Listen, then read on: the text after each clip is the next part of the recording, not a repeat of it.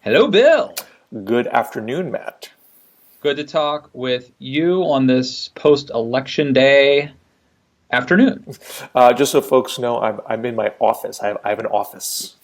I have Who knew? This a, is like Baywatch Nights, where we get to see the Bill Scher in his, out of his normal confines.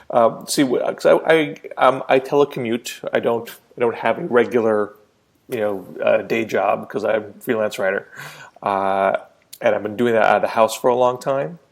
That can put a strain on things in a household. I don't know if you've noticed this in your life. If you're in, I had to get a bigger house yeah. and have a door that locks. So I did not have my own. I was working out of the, I'd work in the dining room. I'd be in the kitchen. I'd be like eating, snacking all the time, and leaving plates around, and it's just the constant presence. I think was not fully desired by other members of I the used to, household. when I worked at the Daily Caller, I would literally go to work on Monday mornings to rest.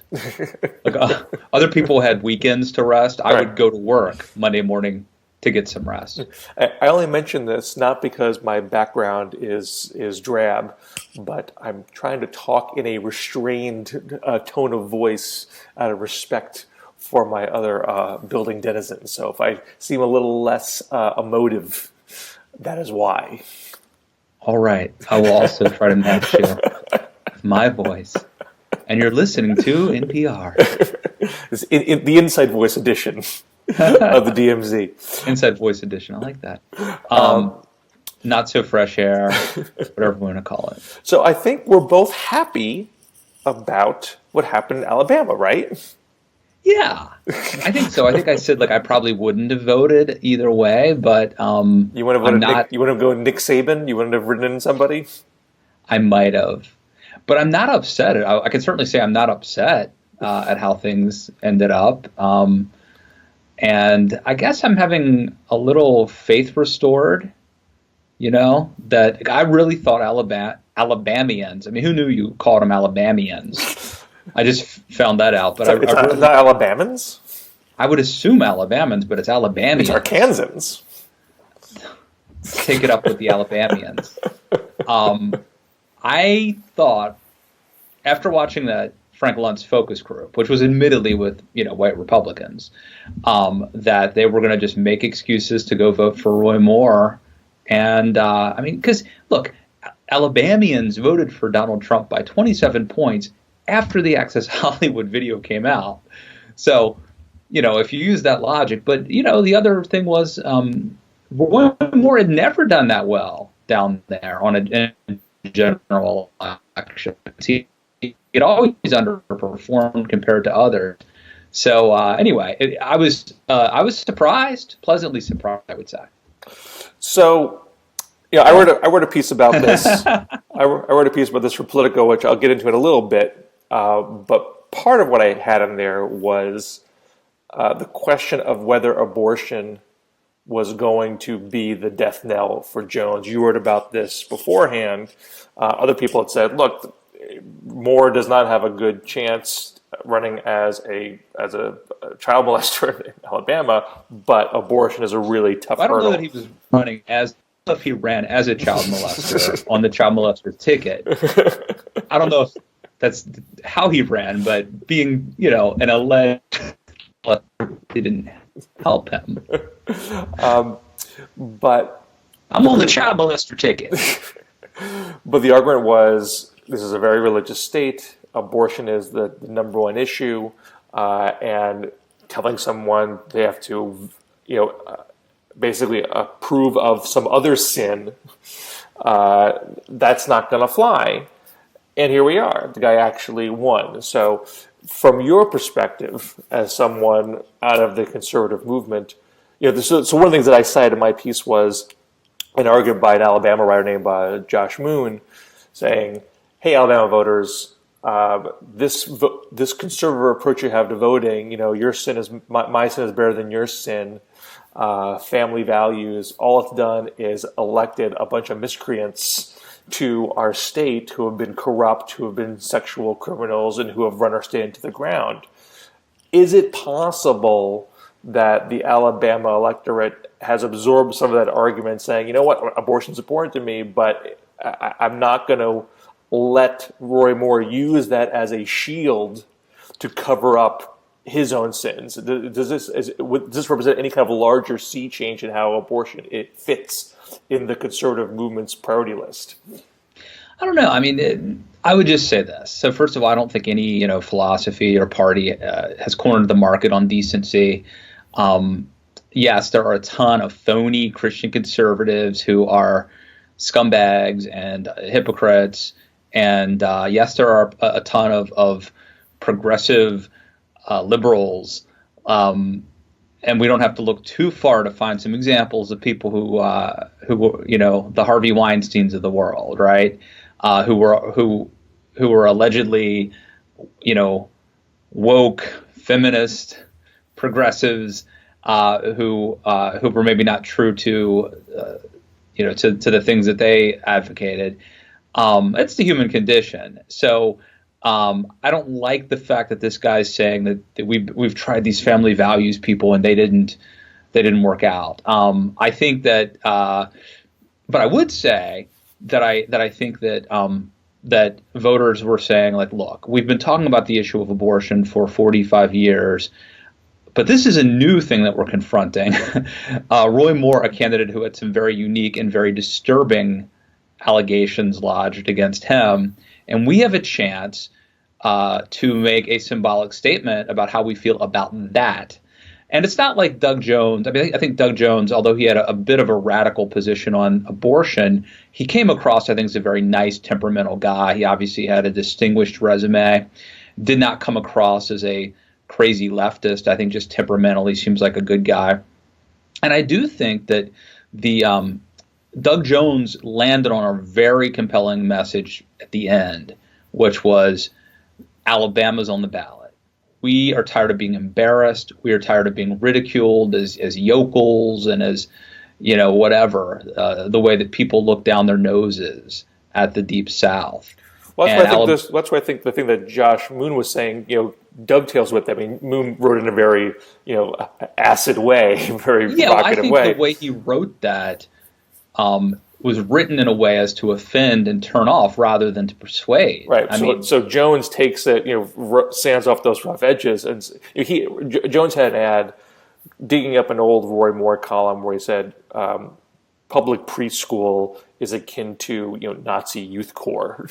It's indoctrinating by the on kids. Kindergarten is a German word. Let's not remind you. And so Jones says, folks, it's thinking like that that's made us 49th in education. And that's the kind of line where if I said it, it would sound like I'm talking down to Alabama. The way Jones said it, it's like, come on, we don't want to be like this. We don't want to teach our kids poor education. Let's stop being ridiculous.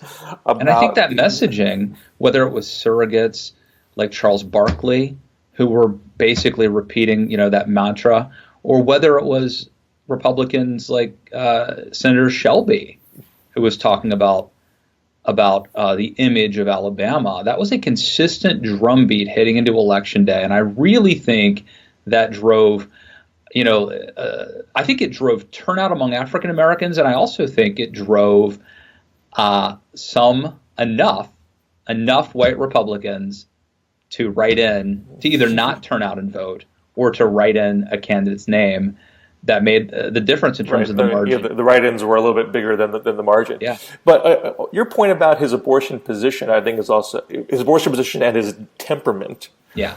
Because when he was first asked about this on national TV, and I don't have the exact words in front of me, but he gave sort of a very generic, I think abortion is between a woman, and her doctor kind of line.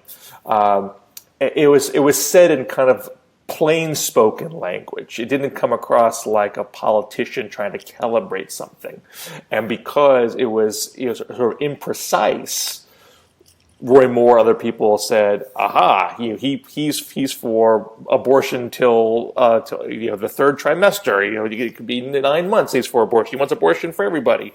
And later, he said, no, that's not what I meant. I meant, the current law that says abortions are generally not allowed after 22 weeks, except in cases of medical necessity. That's where I am, which gets to the whole debate about, life of the mother versus, health of the mother and all that kind of stuff. But my point is the way Jones talked about it, he sounded like a regular guy, right? Not like a politician. So, I mean, I'm not saying... And not just not like a politician, although I think that's important, but also not like a lefty. Yeah.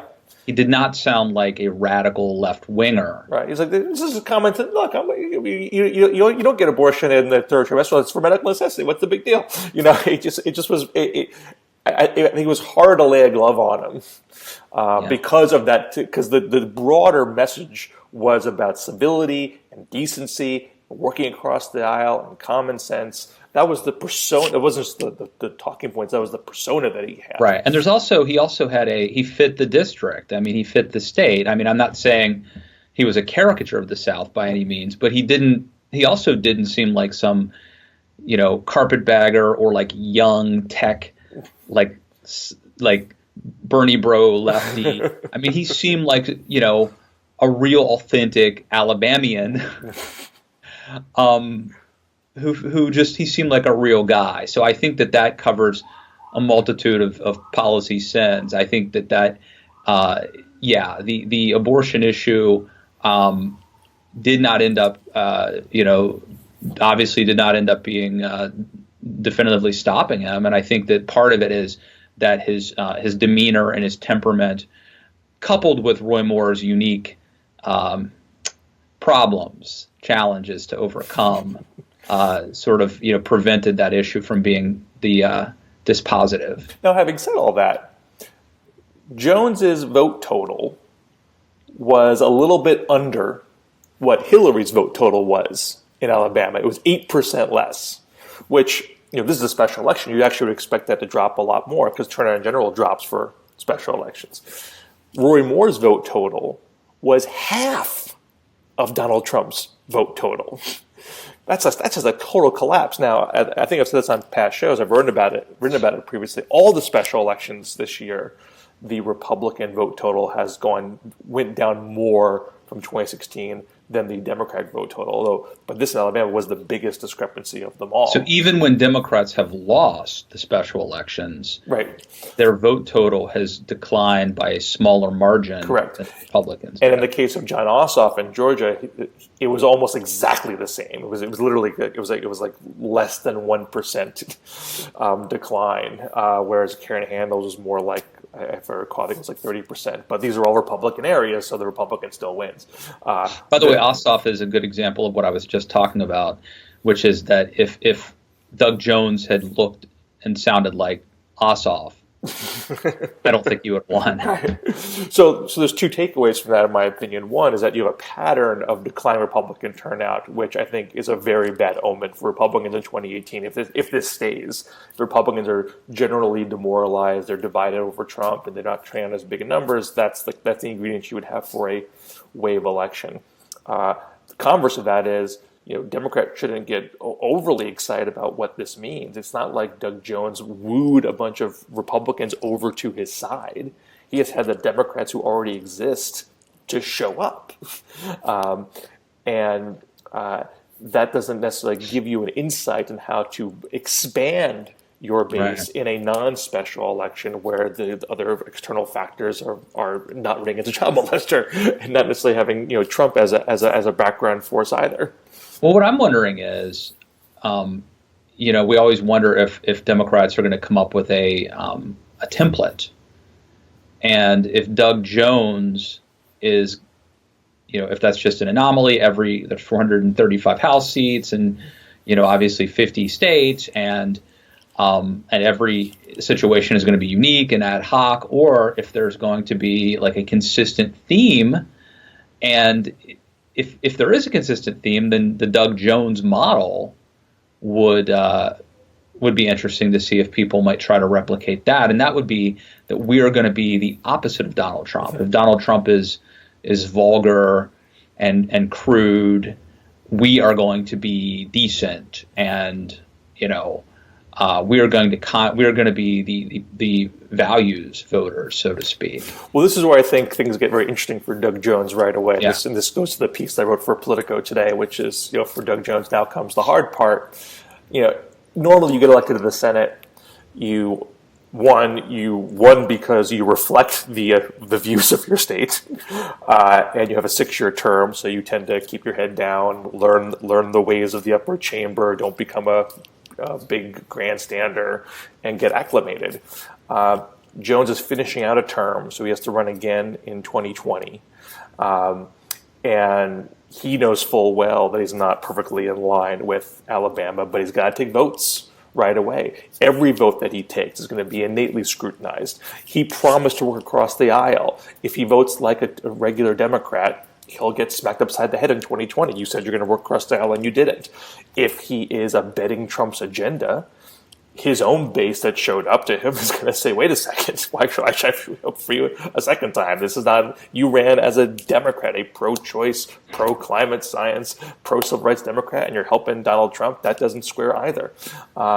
So you could look at that and say, well, this is an untenable box to be in, and he'll be here for 3 years and he'll get out. He'll be like Scott Brown in Massachusetts. I mean, Scott Brown's the obvious parallel.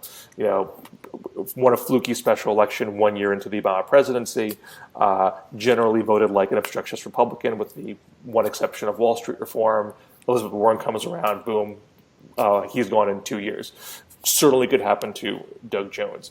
But you do have this other example in John Bel Edwards, and we talked about him before. He's the governor of Louisiana. He won 2 years ago, also against a scandal-tainted Republican in David Vitter, so a bit fluky. But Bel Edwards was more of the kind of Democrat that Matt Lewis wants. He's pro-life. He's pro-Second Amendment. Let's get those two things off the table. Now let's talk about economic stuff. And he has expanded Medicaid in Louisiana. He's raised some taxes in Louisiana. He's reduced mandatory sentencing in Louisiana. And his approval rating is around 53%, which is pretty good for a Democrat in Louisiana. Well, pretty good for anybody. What were Bobby Jindal's approval ratings at the end? Right. I mean, so Jones didn't take abortion and guns off the table the way Bel Edwards did, but Bel Edwards' point was, and he said this in a recent interview with Politico, the Democratic message has resonance in the South if it can be heard. So Jones now has this opportunity. I mean, he's an instant rock star. He could get on TV anytime he wants. Unlike almost any other, I mean, senators can get on TV, but the lone Deep South Democrat, everyone's going to come to him for his take on everything. He has an opportunity to reintroduce the Democratic Party to the South and to potentially redefine what the Democratic Party is if it's going to compete in places like the South. So now that he has been able to not have abortion and guns be the dominant issues of his race, can he get the South to take a second look at Democrats on these other issues? Can he put his persona to work to say, when he says, I looked at this tax bill, man, it really does not work for working class Alabama at all. Will he be heard in a way that Chuck Schumer is not and Elizabeth Warren is not in these redder parts of the country? I think he has to, reach for that kind of goal, which is a very ambitious goal. But it's going to be very hard to survive in Alabama unless you can get Alabamians to think differently about what the Democratic Party is. It's going to be a tough challenge. And part of it is, we talked about the authenticity. He seems like a really nice guy. He seems so authentic. I mean, if he starts doing the bidding of Chuck Schumer and Nancy Pelosi, some of that's going to wear off, and if it looks like that. Yeah. And he's going to have to do some bipartisan stuff. He promised he would. There's going to be, he can't go in with 100%, Democrat voting score.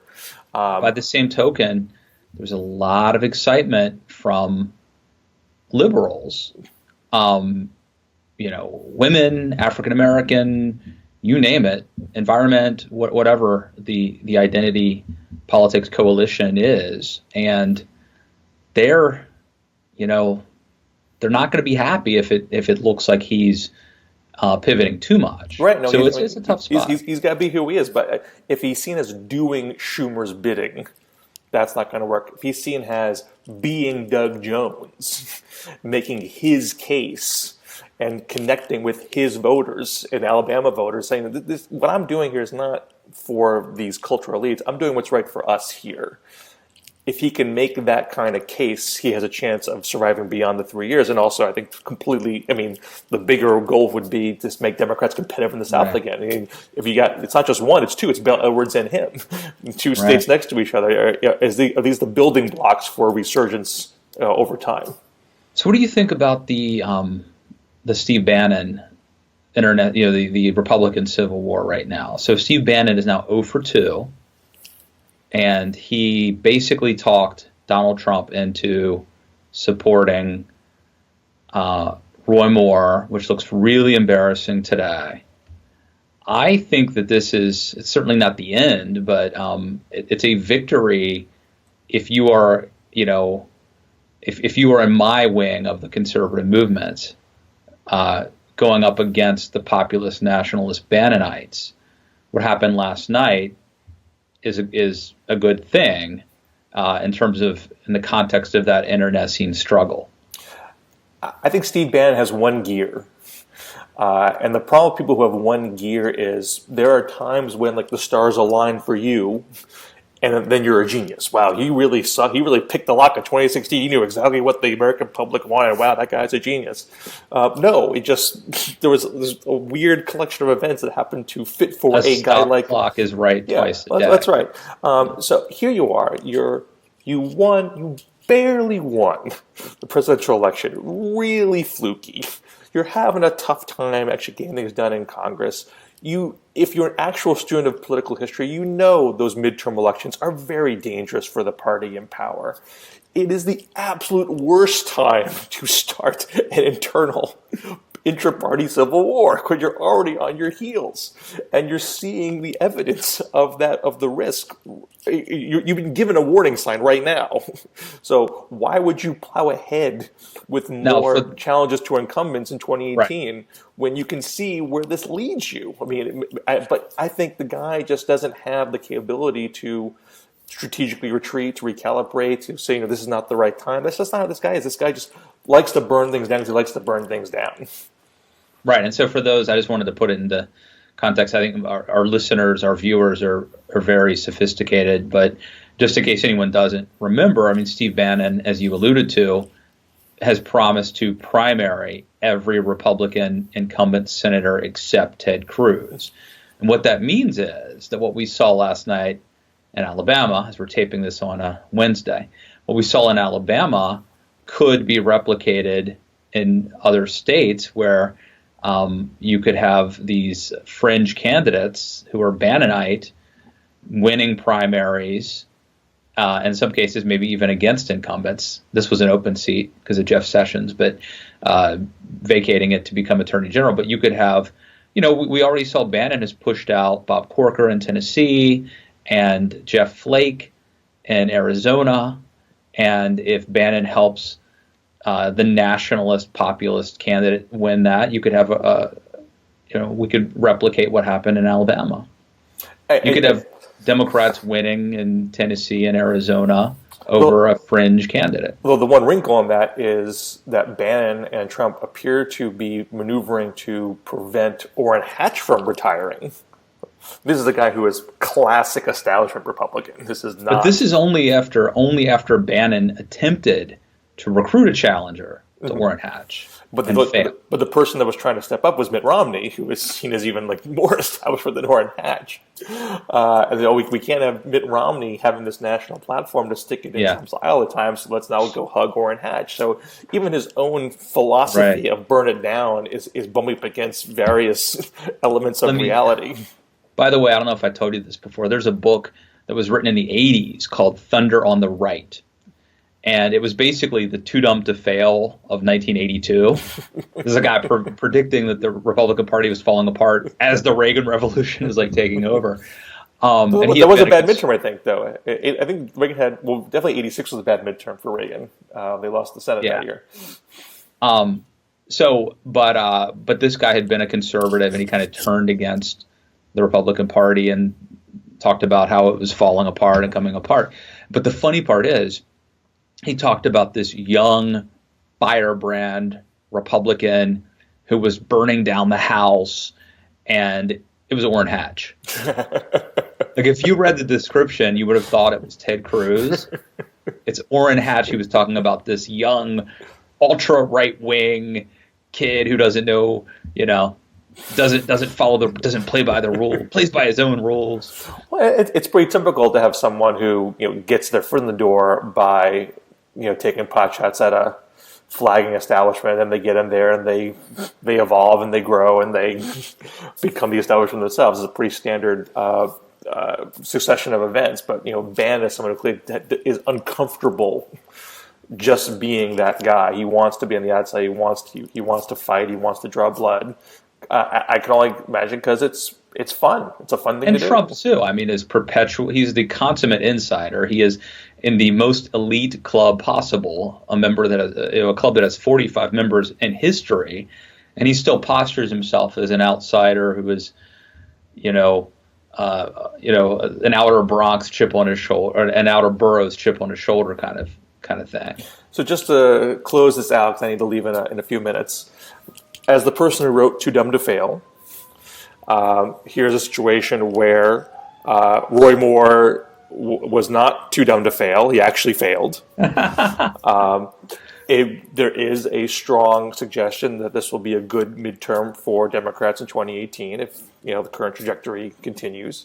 Do you think this might produce a reassessment amongst Republicans and conservatives that would benefit? I think, as you said on CNN last night, the Ben Sass, the Marco Rubios, will they get more respect in the wake of all this, or do you at least have that hope? Well, I'm not going to say that this was like a game-changing event, that the Empire Strikes Back or whatever. I mean, but I do think that this is it was a battle won by the resistance, and I think that the resistance against Donald Trump, and I think that's a good thing, and I think that what it does is it just begins to chip away at the notion that Trump and Trumpism are inevitable and are destined to win.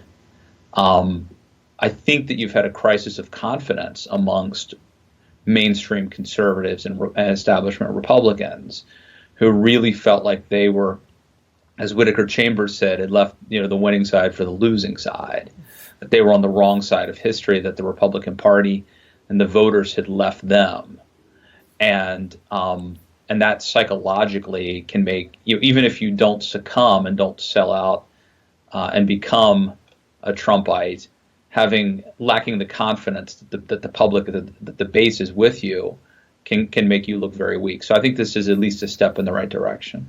All right. Short show, but we're going to leave it on that note.